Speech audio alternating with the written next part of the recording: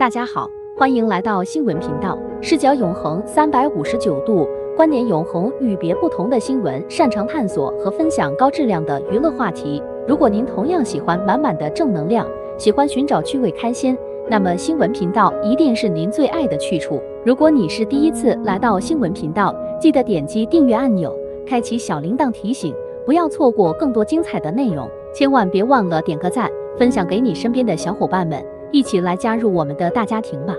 哈哈哈！各位观众朋友们，视角永恒359度，观点永恒，与别不同的 Zen， 我认为我们今天要聊一聊一个雾里看花、黑洞如旧，还让人啼笑皆非的微博话题。追王一博这个忙里偷闲的粉丝们，有没有感觉到累成狗啊？你们猜怎么着？微博一贯的尿性和手段，已经证明初步出席夜宴不是王一博的问题，而是他背后好几只亦敌亦友、亦幻亦真、又黑又白的手，自然包括那帮搞不清状况的乐华公司人员和管理层。跟着新万我一起来品味这一年一度笑的离奇一幕吧。想当年啊，2019年王一博这位男神火遍大江南北，如今已经可以拿锣敲擂庆祝公司上市的男人，竟然到现在还没有自己的专属工作团队，这是要逆天的节奏吗？经纪人没有，老板杜华倒是给力，工作室没有，只有个装模作样的宣传博，助理更是荒谬至极，陈情令时期还得靠好友照顾，现如今出门只有乐乐妍妍这俩小伙伴。翻来覆去内地娱乐圈10年，就王一博这种待遇真是闻所未闻啊！如今更是发生了一件令人捧腹大笑的事情。前段时间王一博工作室传出了要开设海外账号的大新闻，粉丝们欢呼雀跃，以为这是王一博走向国际的第一步。然而天雷滚滚，这个号竟然是假的，不知是哪位淘气的真爱粉丝或者黑皮粉丝捣鼓出来的，这能不笑死人吗？王一博工作室开设海外账号，这是热搜了，粉丝们议论纷纷。按道理乐华公司的舆情监控应该注意到了，那些宣发人员也应该知道，可这么明显的问题竟然无人出面澄清，最后还得王一博的大粉丝们来揭露真相，这是顶流艺人该有的待遇吗？亲爱的观众们，这话题真是让人哭笑不得啊！接下来新万我要提醒大家关注3个问题。第一个，王一博的团队究竟是怎么回事？第二个，这种荒诞的现象是不是在娱乐圈中也属罕见？第三个，王一博的粉丝们，你们是怎么看待这种闹剧的？来，大家畅所欲言，给新万我留言评论，告诉我你们的看法吧。这可不是新万我乱说的哦，这些问题真的值得我们深思，而且让我们再想想，如果连王一博这样的顶级明星都能遇到李鬼加上王二博的这种状况，那么我们这些普通人又该如何应对呢？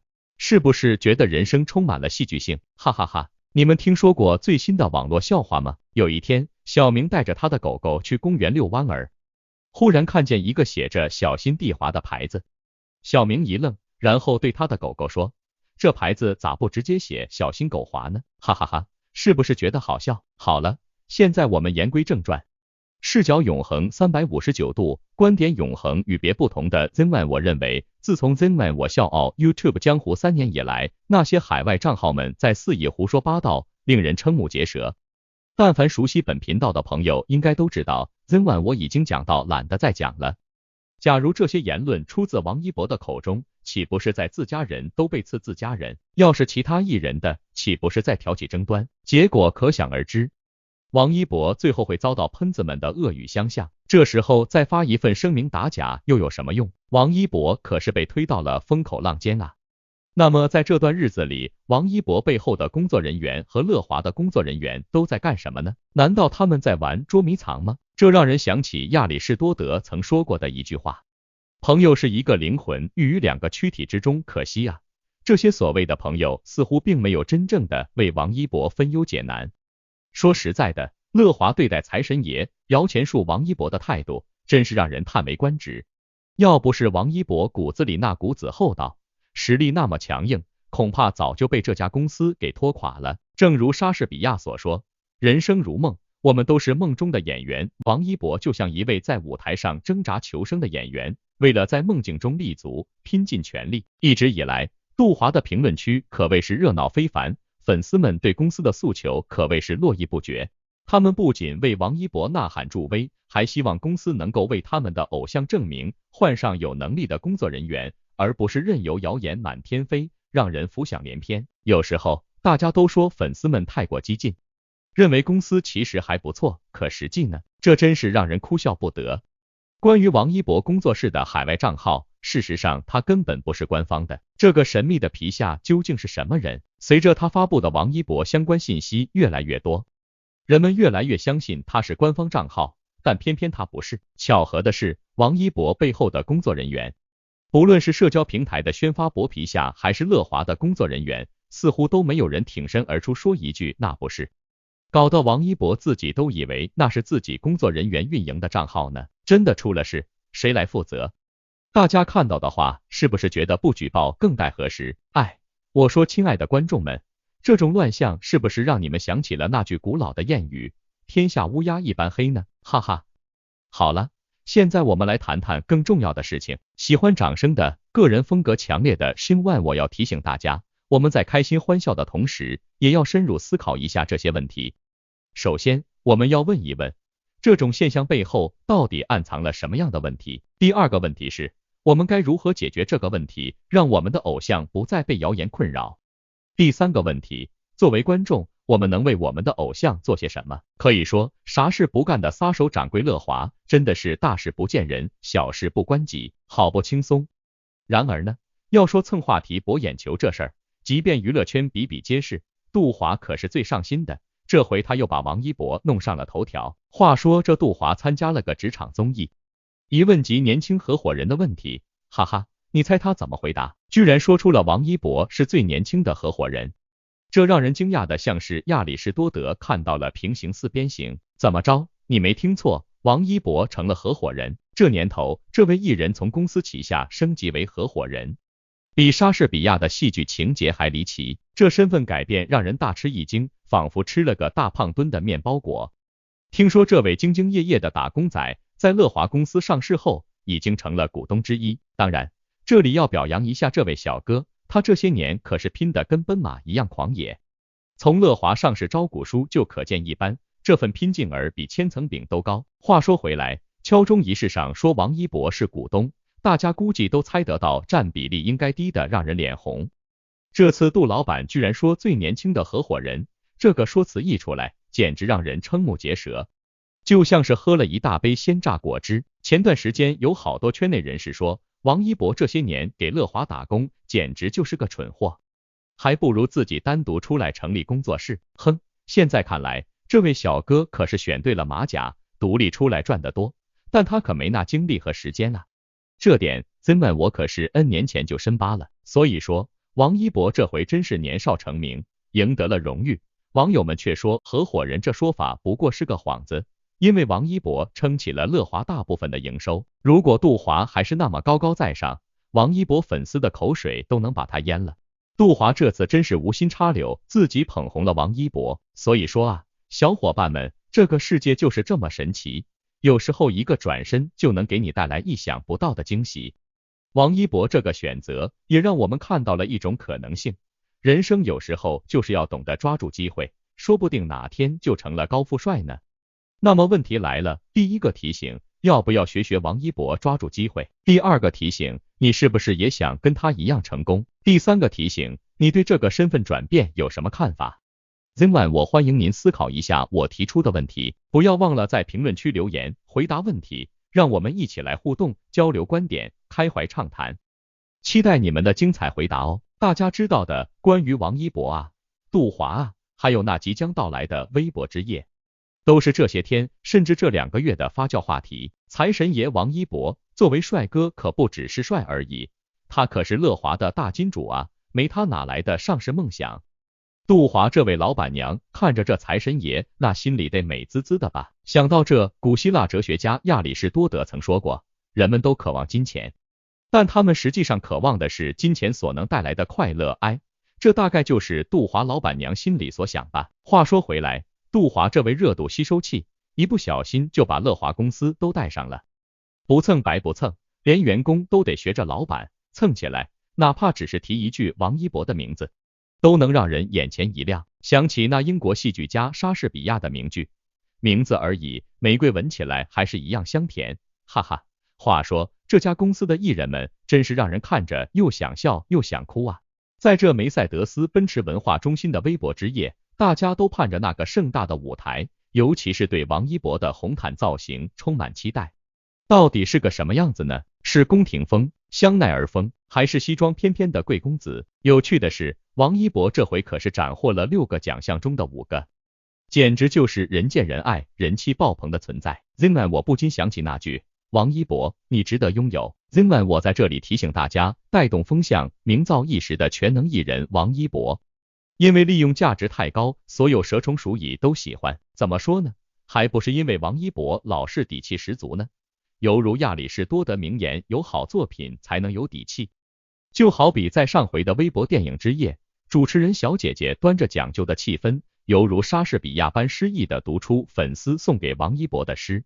花开无名洛城南，中国青年谱新篇，长空之王男儿志，热烈舞者最少年王一博那时候手里紧握电影票，眼里闪烁着感动与期待，谁能预知未来如何？然而无名的口碑与票房给出了答案，让众人惊叹不已，连那些察言观色、跟风押宝的老油条们都清一色两手包抄了。视角永恒359度，观点永恒与别不同的 Zinman 我认为，宣传无名时，王一博如同穿梭在各大荧屏之间的巨星，活跃在湖南卫视与东方卫视的跨年、河南卫视的春晚、GQ 红毯以及大小直播与路演。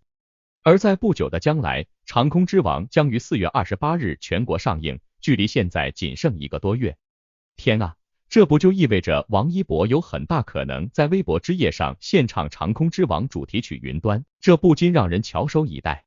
嘿，有趣的是，这2天上海似乎成了娱乐圈大聚会，官方精心安排的明星参加顺序如同现实版泥浆大会，从第1批到第13批，名单中的明星纷纷亮相，仿佛在比拼谁才是流量之最。其实大家都是绿叶和前菜而已，高兴太早不过吃瘪太晚而已。比如说第10批有香港歌后容祖儿、金鸡影后宋佳、掀起青春回忆杀的王心凌，选秀代表人物谭维维和周笔畅。而第11批童星出身的吴磊竟然咖位高过第8批的王鹤棣，这大概就是国民度的魅力吧。然后你瞧，第13批有杨紫和迪丽热巴2大90后顶流小花，第14批有蔡徐坤、高圆圆、胡歌、黄晓明、雷佳音、王俊凯、王一博、王源。最后第15批汇聚了顶尖级的明星，比如林宇春、肖战、易烊千玺、杨幂、刘亦菲等。话说这最后一批明星可谓实力派，就如同莎士比亚戏剧中的主角们。那么细心的观众们可能会发现，嘿嘿，赵丽颖怎么没来呢？难道是微博之夜又在玩什么流量阴谋？ Zinman 我在古早时光已经提醒过大家了，娱乐圈可是个充满奇迹和花样狗血的地方，微博之夜的第 N 个流量阴谋，但凡熟悉本频道的朋友们已经数不过来了吧。好了，吃瓜的观众们，是时候回答我提出的 N 个问题了。首先，你觉得王一博会在微博之夜上献唱长空之王主题曲云端吗？其次，你认为赵丽颖为什么没有出现在这次微博之夜的明星名单上呢？3，你是不是也对这次微博之夜洋溢着期待？快点留言、写评论、回答问题，告诉我们你的想法吧，让我们一起感受娱乐圈的无穷魅力，共同进入这场盛大狗血的微博之夜。这次非微博的故事主角依旧是大名鼎鼎的赵丽颖。所谓姐不在江湖，江湖依旧流传姐的传说。说到这，你们知道为什么古人喜欢喝酒写诗吗？因为酒能提神，诗能催眠，喝完酒写完诗，一觉睡到天亮，哈哈哈。所以远离江湖的好处您懂的。视角永恒359度，观点永恒与别不同的 Zinman 我认为，微博之夜这大舞台，像赵丽颖这样的大明星居然敢拒绝邀请，这可真是胆子不小啊。你们说这是不是像莎士比亚说的，世界就是一个舞台，我们都逃不过，那赵丽颖可真是演了一出好戏。微博之夜不可能不邀请赵丽颖吧？如果真的不去，那就是拒绝了，而且是死磕都没磕下来那种。这让我想起亚里士多德的名言，知识是痛苦的根源，微博之夜挺想他去的，可惜赵丽颖说不，咱们怎么办呢？赵丽颖从首次参加微博之夜到现在好多年了，这次不去是不是有点可惜呢？毕竟微博之夜在内娱也是非常轰动的一场盛会，每个到场的明星都能得到不小的关注，甚至还能提升流量。可是赵丽颖就像是一个拒绝成全的痞子，不去也不愁。每年微博之夜都是女明星们争奇斗艳的秀场，很多女明星都是靠着红毯造型维持人气，拿下商务资源的不去，就等于放弃了一次出圈的机会。但赵丽颖就像个顽皮的孩子，不听话也不怕。按照赵丽颖现在的咖位，出席此类晚会估计会解锁新高定，甚至会解锁内行外场2套高定，还能拿个稍微有含金量点的奖项。可她就是喜欢跟大家开玩笑，给大家制造惊喜。赵丽颖从大爆之后开始参加微博之夜，从当初的青涩小花到上次的优雅端庄，她已经从流量小花转变成了实力演员。即便不参加微博之夜，对她的影响也不大，因为她现在已经拥有足够的实力与资本说不。当然，明星肯定不愿意得罪媒体平台。不久之前，赵丽颖曾参加过微博世界大会，所以这次不去也不至于关系破裂，微博就完全不给她流量了。说到这里，我不禁想起了莎士比亚的名句，人生如梦，梦如人生。赵丽颖这一波操作可谓是如梦如幻啊！如果赵丽颖没去，还能拿个什么奖？那可就真的太厉害了。这不禁让人想起那句古话，不怕神一样的对手，就怕猪一样的盟友。赵丽颖这次行为就好像在逗我们玩，让人啼笑皆非。现在大家觉得赵丽颖这波操作是不是很有趣呢？她这次拒绝微博之夜，是不是真的对她的影响不大呢？如果赵丽颖最后还能拿个奖，是不是真的很厉害呢？请大家留言、评论、回答问题，告诉我们你们的看法，让我们一起探讨这个有趣的话题吧。谢谢大家。赵丽颖不去有不去的霸气，然而网上炒得沸沸扬扬的微博之夜，最大的狗血其实就是吃瓜群众最为幸福和兴奋的话题，那就是听说王一博、肖战这对博君艺校 CP 终于合体了。那些死磕男 CP 的热血粉丝们是不是都跟过年似的，激动的手舞足蹈呢？视角永恒359度，观点永恒与别不同的 ZenOne， 我一直认为故意流出的某个作伪图可信度超高，几乎是锦鲤都能看得见。想当年陈情令风头正劲，博君艺校 CP 如日中天，现如今得靠微博之夜和个影，也算是亲情无价啊。但是呢，虽然他们即将合体，可惜的是 TFBOYS 那3小只就没这么幸运了。话说，有时候这命运还真是让人捉摸不透。他们3个人不仅被分开做，连海报都没有一起拍，可想而知这场合照的难度有多大了。以前的出生入死的战友，如今居然变成了敌人，这剧情也太戏剧性了吧，亚里士多德都得笑出声来。那微博之夜究竟是怎么回事呢？原来这其中大有文章，他们把某人放在首位，然后配角充当炮灰，营造话题，可谓是双管齐下。这样一来，那些资本大拿的薪水最爱就能充分利用这3方面流量，轻轻松松的坐收渔翁之利。这正如莎士比亚所说，世界就是个大舞台，我们都是棋子。我不应该是 CP 粉丝都是微博之夜里的棋子。对了，我不得不提醒大家，这一切都只是表面现象，那么真相究竟如何？观众们，你们猜猜看吧。不过不管是什么真相，我们都要保持积极的心态，享受娱乐生活。别忘了微博之夜也是个看热闹的好机会。在此，ZenOne我想问问大家，你们觉得这场微博之夜会有哪些戏剧性的矛盾和冲突呢？王一博、肖战合体，3小只们分道扬镳，这其中又有哪些故事呢？你们期待在微博之夜看到哪些有趣的互动和笑料？欢迎在下方留言，一起来讨论吧。当然了，这场微博之夜肯定会给我们带来无尽的欢笑和料子，ZenOne我只会闭眼倾听，那就够够的了。顺便说一句，不要忘了保持正能量，享受生活，嘿嘿嘿。哎呀，聊到这儿，ZenOne我突然想起了一个流行的网络笑话，可以让大家开怀一笑。有一天，猫咪对狗狗说，汪汪汪，狗狗疑惑的回应，喵喵喵。这是不是让你想起了那些明星们在舞台上互动的样子？哈哈哈，是不是觉得这个笑话很好笑呢？记得给 ZenOne我点个赞哦。好了好了，别忘了在评论区留下你们的看法和建议哦，爱你们，哈哈哈哈哈。演艺圈讲究的不是这些幕后的狗血和激烈，讲究的永远都是演技的根基。至于赵丽颖嘛，那可是一位脱胎换骨的演技巨匠，这次微博之夜的不间断狗血和无间隙歪楼，让人一团浆糊的话，来，让我们一起回顾一下当年赵丽颖嘚瑟金星秀的那一天，就能重刷一遍这次赵丽颖霸气之外的滚滚鬼聪明了。哎呀，金星姐可是个老江湖，眼神锐利的犹如亚里士多德的智慧。你说当年她开的那些玩笑话，哎呀，准确率比莎士比亚都高，都在赵丽颖身上应验了呢。那时候的赵丽颖呢，因为花千骨爆火，可是那稚气还是透着满满的懵逼感。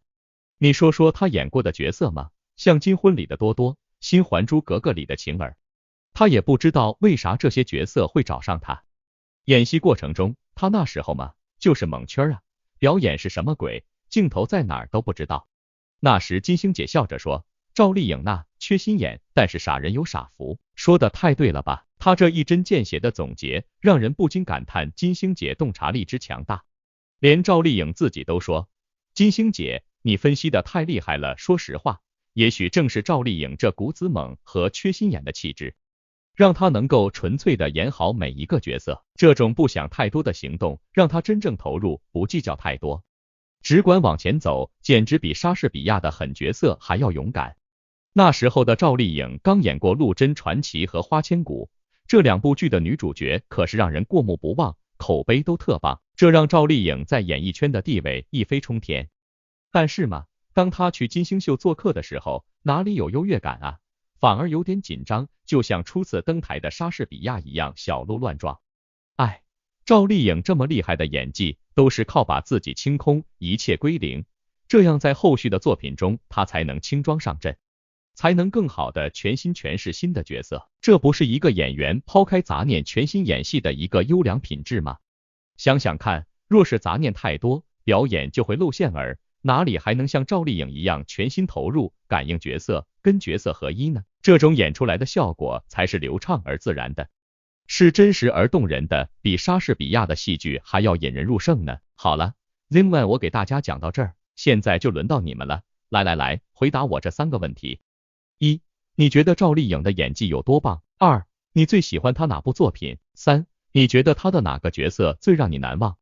嘿嘿，别忘了在下面留言回答问题，写评论，互动起来吧，让我们一起感受赵丽颖的魅力，感受这个充满正能量的 Zen1我。谢谢大家。但凡熟悉本频道的朋友都知道，Zen1我说到赵丽颖和金星，也不是1次2次了，绝对是一个美轮美奂的趣味访谈组合。好了，不多避避，咱们直接切入正题。